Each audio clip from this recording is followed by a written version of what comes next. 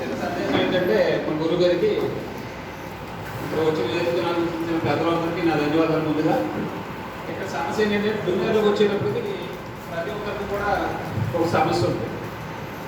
ఇప్పుడు ఒక lab act ప్రకారంగా చూసుకుంటే unskilled worker, semi skilled worker, skilled workers కూడా 3 రకాలుగా డివైడ్ చేశారు. అందులో అన్స్కిల్డ్ వర్కర్ ఎంత వేజ్ చేశారు, ఒక ల్యాబ్ యాక్ట్ ప్రకారంగా సెమీ స్కిల్డ్ వర్కర్ ఎంత వేజ్ చేసి, స్కిల్డ్ వర్కర్ ఎంత వేజ్ అని చెప్పి డివైడ్ చేశారు. ఇది అది ల్యాబ్ యాక్ట్ ప్రకారం.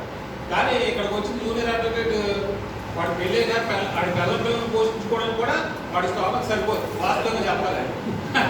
అంటే ఇక్కడికి వచ్చిన తర్వాత ఎవడు పిలుస్తాడు, ఏ పోలీస్ స్టేషన్కి వెళ్దాము, ఈ రకమైన సందర్భంలో చాలా ఇబ్బంది పడిపోతారు జూనియర్ అడ్వకేట్స్. కనీసం దాని గురించి కూడా కొంచెం ఏమైనా వాళ్ళ జూనియర్ అడ్వకేట్స్ గురించి కొద్దిగా అంటే సీనియర్ అడ్వకేట్స్ నుంచి సపోర్ట్ ఉంటుందని అందరూ సపోర్ట్ ఉంటుందని నేనైతే ఎక్స్పెక్ట్ చేయట్లేదు.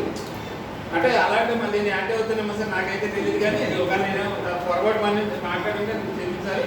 అందువల్ల ఈ సంబంధించి నేను చెప్పాల్సింది ఏంటంటే వాళ్ళకి నెలకి ఎంత చెప్పినా ఎంతో కొంత వాళ్ళకి అనిపించి కనీసం వాడు ఇంటర్వ్యూ కూడా డ్యామేజ్ పోషించుకోలేకపోతే వీడు చదువు వచ్చి ఏం ఉపయోగం. ఒక బయట పని చేసుకునే వర్కర్ కూడా ఎక్కడి నుంచో బయట పని చేసి కూడా ఇప్పుడు ఫర్ ఎగ్జాంపుల్ ఒక ఎలక్ట్రీషియన్ తీసుకోండి, ఎలక్ట్రీషియన్ వెళ్తాడు అన్స్కిల్డ్ వర్కర్కి మరి రోజు నీకు 300, సెమీ స్కిల్ వాడికి ఇండివిజువల్గా చేస్తాడు కాబట్టి రోజుకి 600, స్కిల్డ్ వర్కర్ అయితే వాడు ఓన్గా చేసేస్తాడు కాబట్టి వాడే వాడు కూడా పెట్టుకుని వాడు వర్క్ చేయించుకుంటాడు.